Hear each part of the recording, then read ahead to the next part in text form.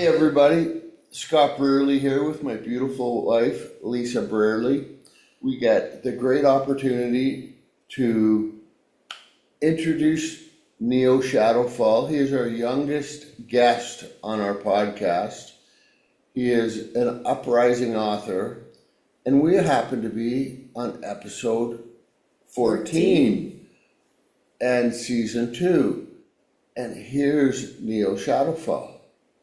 Can you tell us a little bit about yourself and some history, pre-writing books and after writing books, and yeah.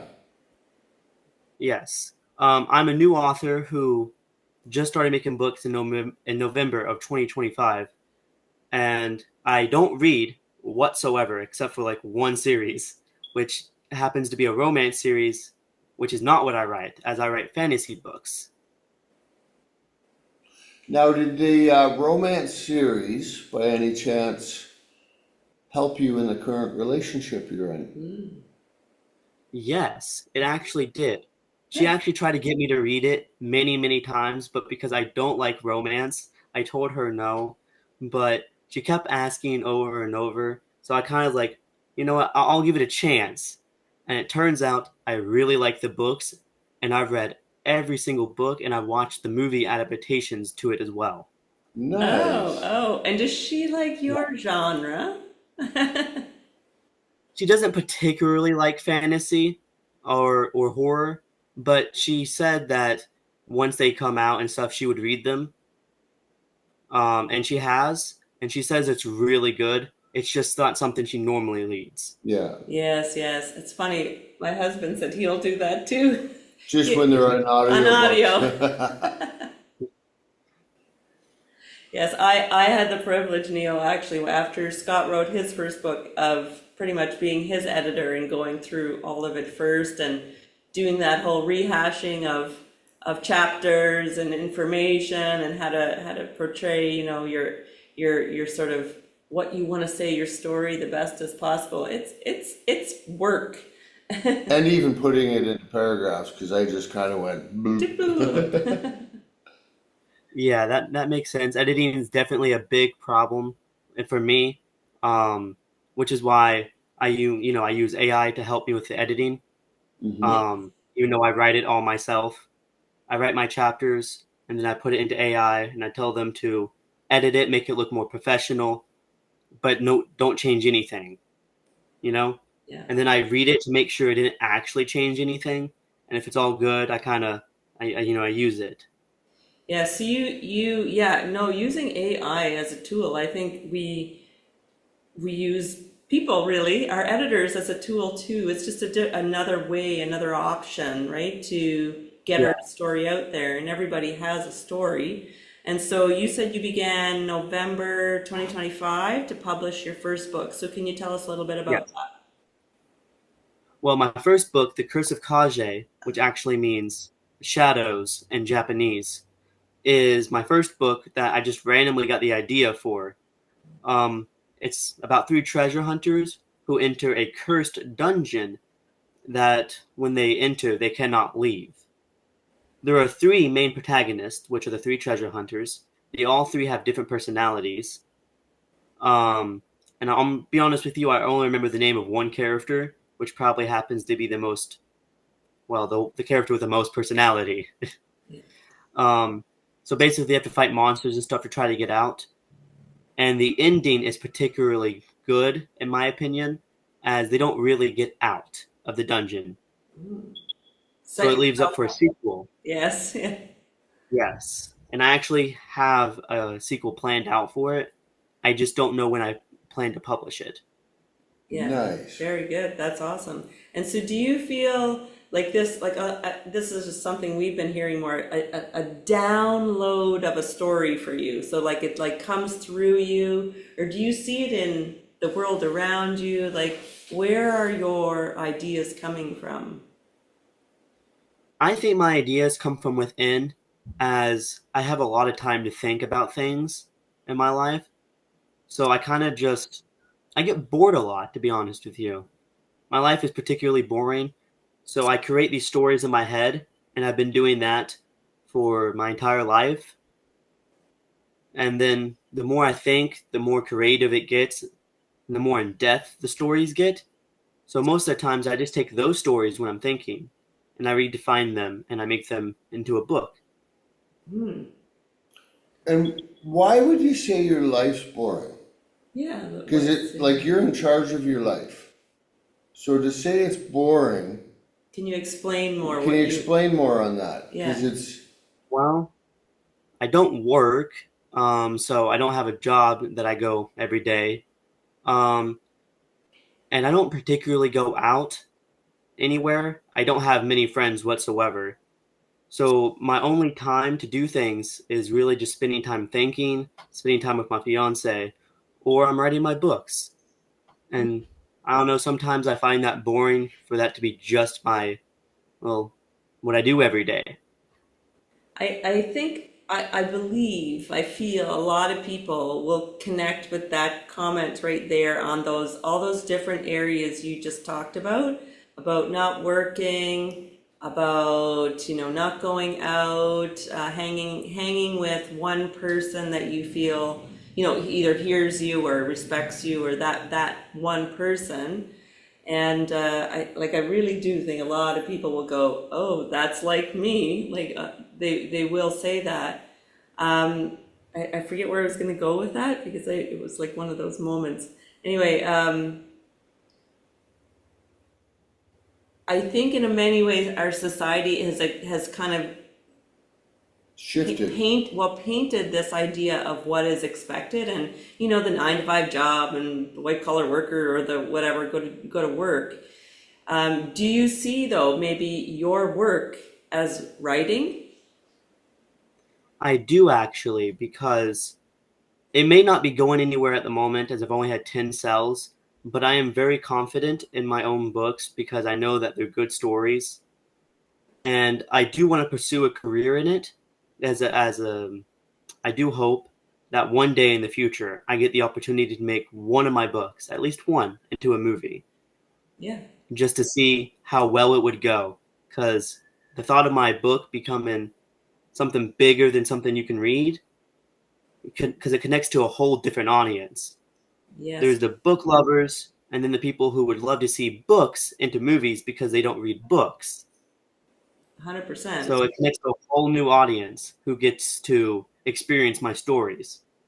However, though, I've read some books that they've made movies Yeah, of, and I've always been, maybe not always, but I'm generally disappointed in the movie because I've read the book, and the book gives Yeah. way more detail, and it's, but different lenses people are looking oh, through. absolutely. Yeah. Have you, Yeah, it's kind of. have you done any schooling on writing, or have you ever thought of doing any schooling to kind of improve, or maybe not even improve, but help open up the world a little bit with writing? No, I actually haven't. But I am learning a bit more how to edit because when I use the AI to help edit my book, so it looks more professional and ready to publish, I've actually learned a bit on how to edit from there. So I'm getting better at editing myself. Yeah. So I hope in the future I'll be editing it myself so I won't have to use AI anymore. Yeah. Because normally it's all like one paragraph, but I learned what sentences to like space out so it sounds good there, and like what punctuation to add on what sentence, like quotation marks and stuff I need. So I don't really go to any like writing school or things like that, but AI is helping me a bit on how to edit my own stories. Oh Nice. yeah, that's perfect. And I think sometimes we tend to go, I got to learn this, and this. But when you're the expert of the idea, that's what you need to focus on, right? And let other people or Yeah. other things do the other things for you. Yeah.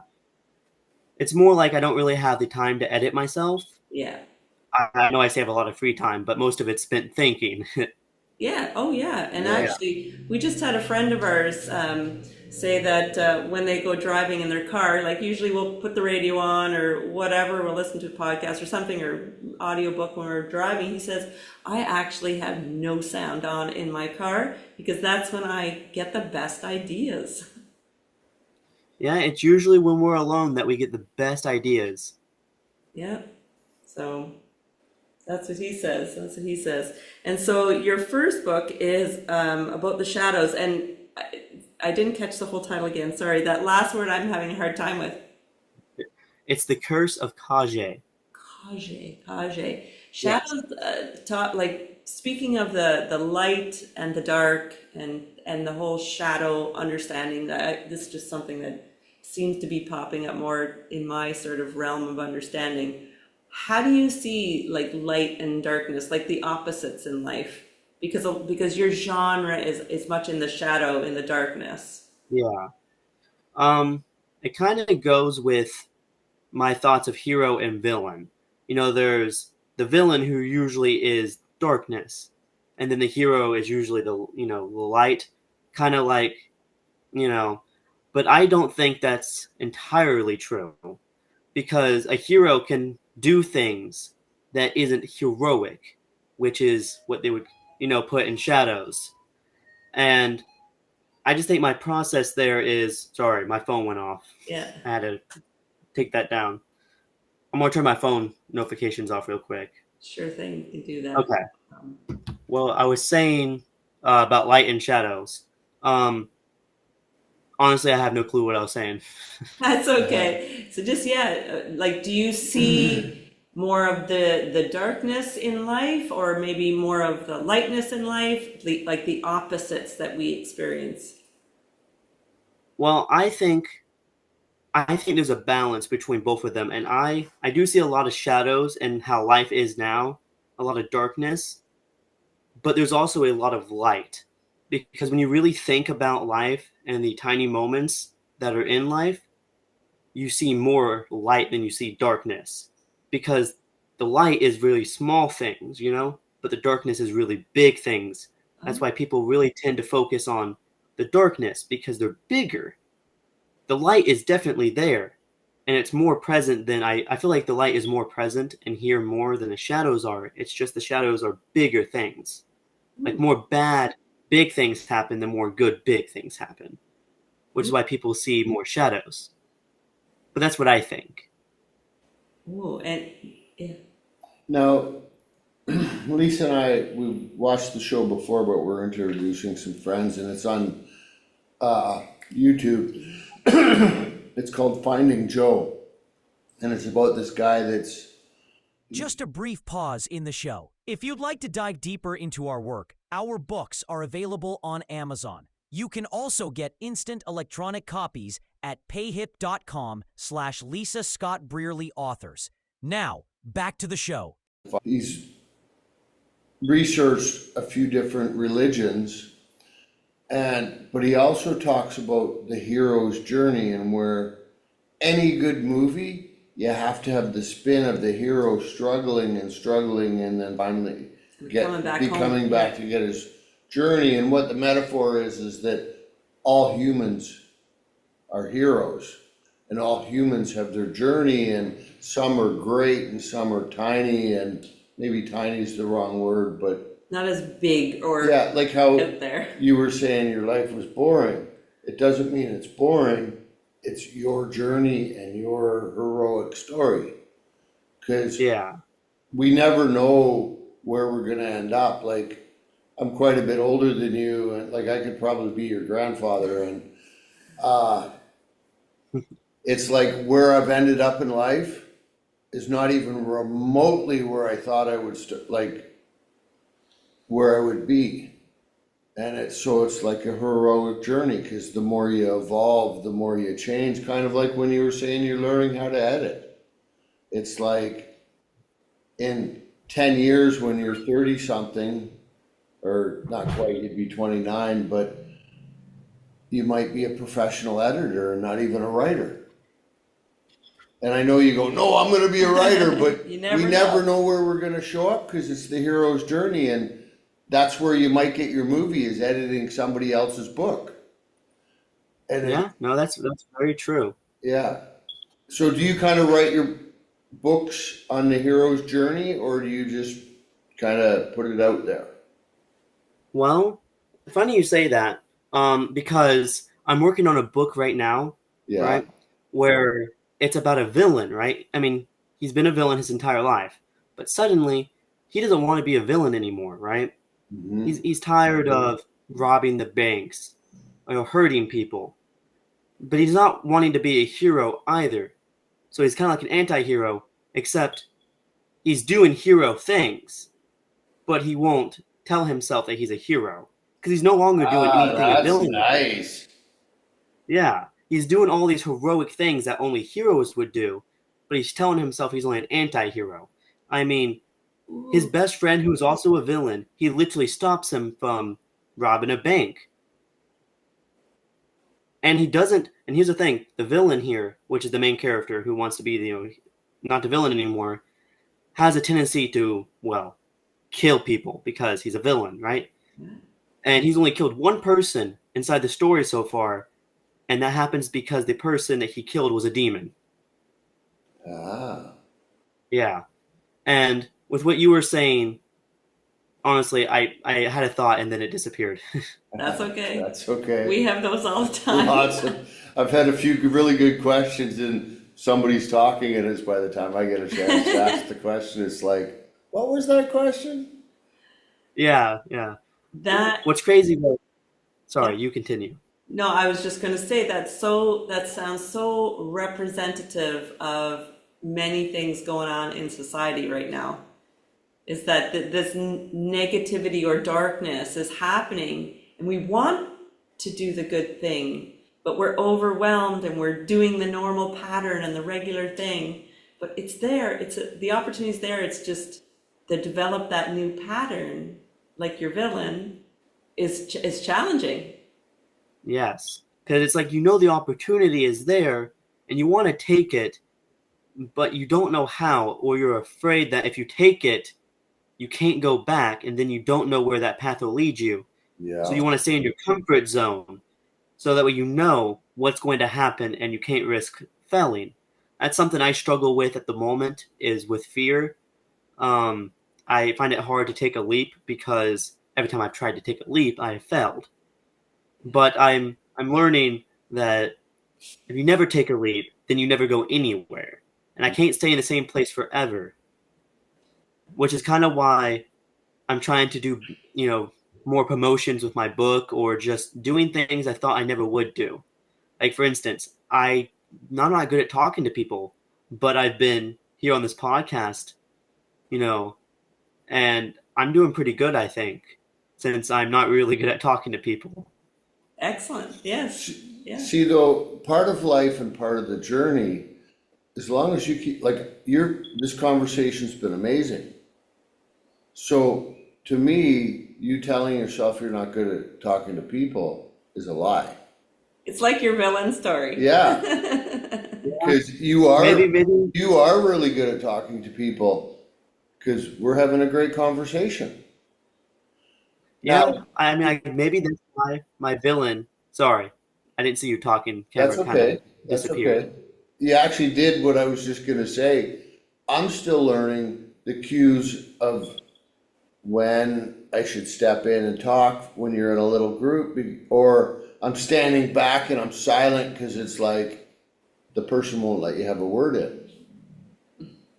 And then you feel Yeah, like no, you're I feel interrupted. Yeah. So, yeah. Yeah, I feel that, and every time I try to say something, and then someone else talks as they're talking. Sometimes I have a problem with that, and I try to say I'm sorry. You continue, which is what I think I've done quite often already. Um, but it's probably I was saying about how what you said, that maybe that's why my villain in my story, or the villain that wants to be a hero, probably gets his thing. It's probably from myself, which is probably why I put it there. Because you said, I say that I'm not good at talking, but I'm actually doing pretty good talking, and I'm enjoying the conversation with you guys too. And I don't know, I think I'm doing really good at it, and it's probably where my character gets it from. There you go. Well, you got a teacher here saying that you're doing really good, so. Not that Yeah. I'm the ultimate. What we are realizing or understanding is what the words or the feelings or the whatever we tell ourselves. It's like you know, after this podcast, take it off and say, I did that. Like, I just did that. Like, awesome. Yeah. Yeah, because like it's so easy to tell other people what to do or how to do things or you should go for it. But when you go for it yourself, it's kind of like, well, should I? What's this going to happen? Or am I good at that? It's so easy to tell other people the things, but when it comes to time for yourself, it gets really, really hard. Yeah, Oh. yeah, go ahead. You know the ironic part though?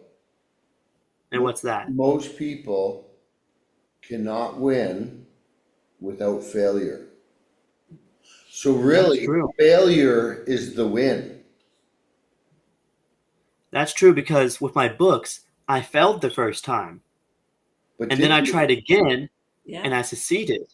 yeah. But did you fail the first time? You learn something. What did you learn? Yeah, I learned that I need to think out my process on how to write better because the reason I failed last time was because I wanted the story to get out there fast. I didn't want to take the time to write it. And that's why it failed because I actually was doing things the first time, so my life was a bit more adventurous. I had a bunch of things I was doing because I was still in school and stuff. But now that I have all this free time, I can actually just sit there and think about my story and spend hours writing it down, yeah. which I think is what helped me be able to succeed this time. I learned that a good story cannot be rushed. You have to take the time to actually write it out and Yeah. think about it. There you go. Because he's been kind of hemming and hawing about his second story as well, and it's not quite there, and it's like sometimes you have to be really patient. Well, I've started it probably, I don't know, 6 or 7 times. Final pause. If you've got a message on your heart and want to be our guest, don't be shy. We'd love to hear from you. Visit ForwardWalkingChoices.com, scroll to the Soulmates and Suitcases podcast section, and click Apply Here. Now back to the show. And it ends up always feeling like I'm writing the same book that I wrote the last time. And that's not what I want. Yeah, no, I get that because I've started on like 4 different books, but I'm only currently writing 1, even though I've already made a chapter or 2, or even 6 chapters on a whole nother book. But I just well, I'm not really feeling that story right now. And the craziest part is, I think I'm on like my almost sixth book that I've written so far and published. Yeah, because I published 2 short stories recently, which are free ebooks actually. You know, it's kind of my promotion there. Yeah. Readers can download my free ebook. They can take a look at it, see if they like it, and then if they like it, they can buy my other books that you have to pay for. It's kind of like a sample of my writing. Yeah. That's smart. Yeah, I'm not good at promotion with social media, so I found an alternative way to promote my books. Yeah, that's awesome. I see lots of genius happening, and I think sometimes doing an opportunity like this where you're like, I'm not sure if I can do it, I'm not a great speaker, and then you take on the opportunity and more opportunities open to you. And I feel like the fantasy, sci-fi, that sort of genre in the movies is like huge. I don't know what the actual like percentages and rates are for that, but I feel like that it just takes one person to see this and go, oh, that guy has like amazing ideas. I need to get him under my wing. Yeah, that's very true. And I hope it does go that way.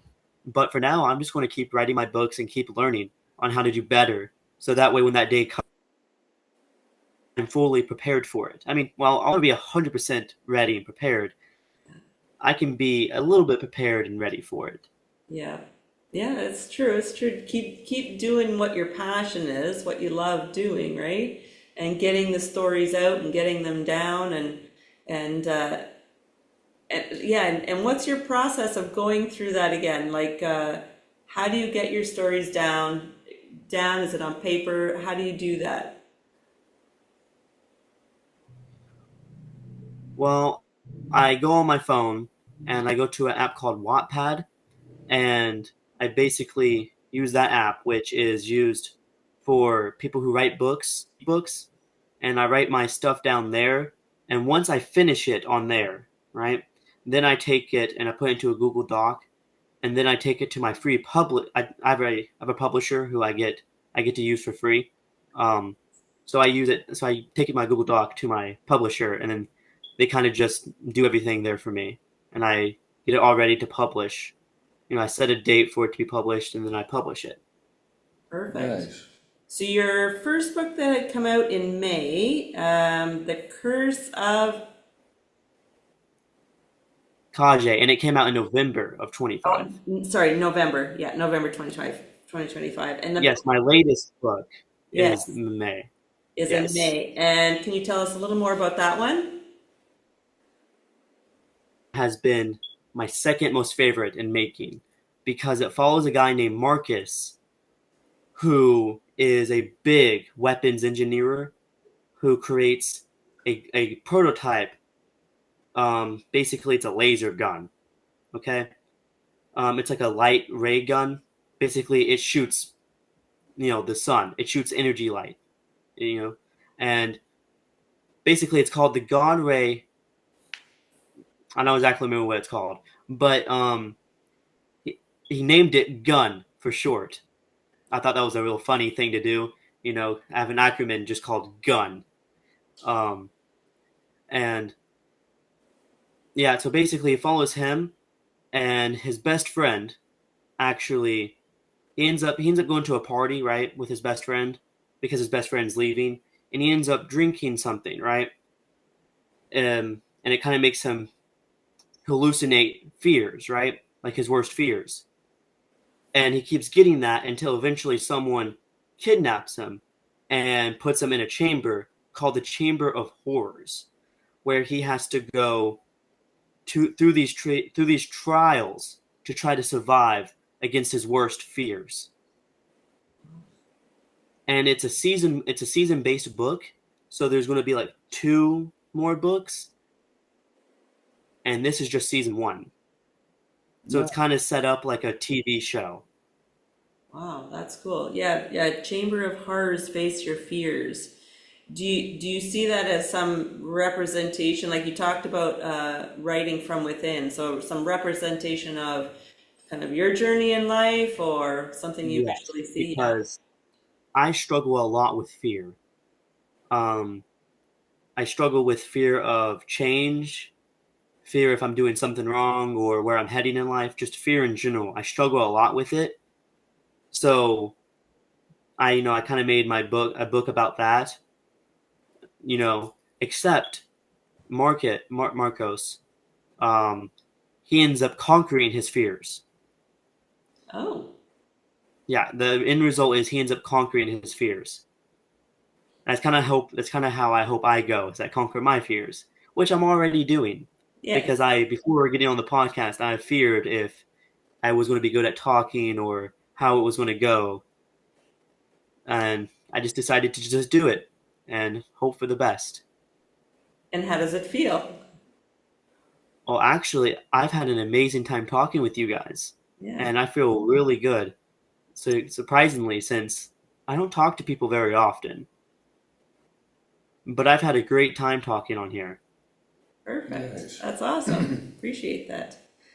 And so, where can everyone find your books, your various books? And you had mentioned the free books, which will include some of that information in the details as well. Yes, my books can be found, well, basically anywhere, but I can give some examples.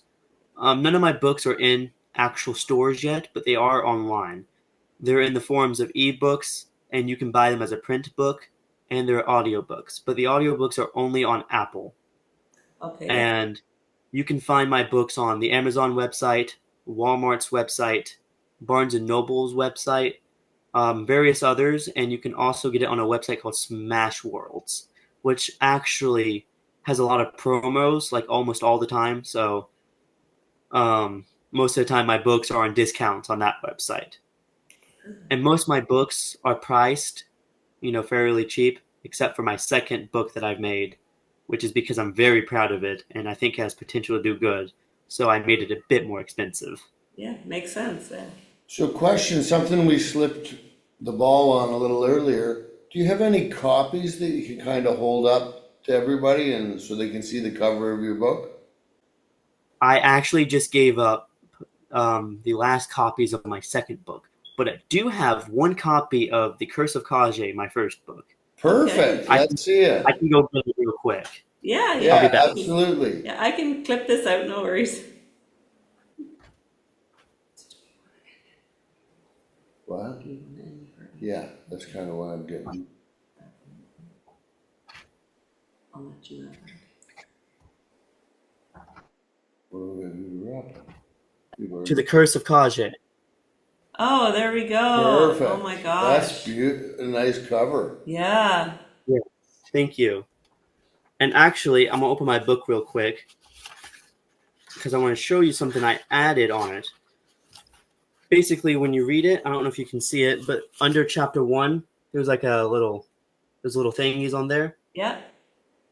So I added that little touch there. My second book has a dragon on it. Nice.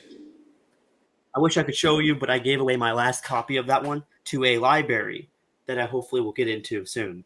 Oh, amazing. Yeah. That's like in Canada, we can get them in the libraries, and then if people take them out enough, they actually send us money every time they get taken out.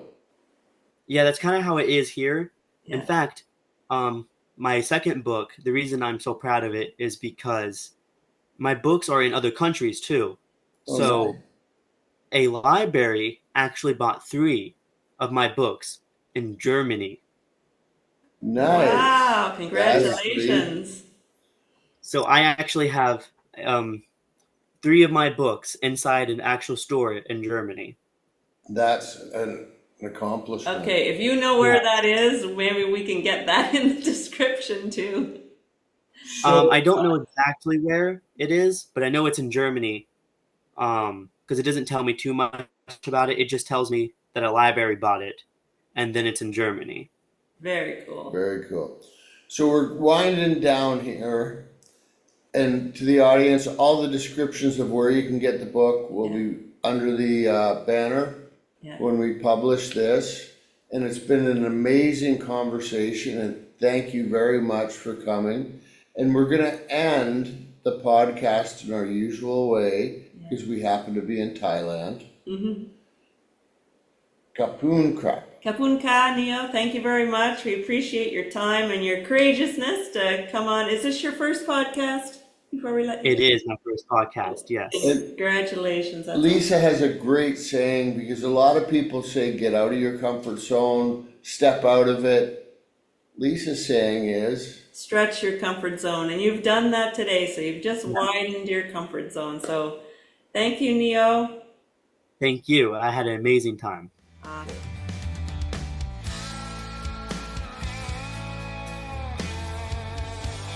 Want to get our books fast and at the best price?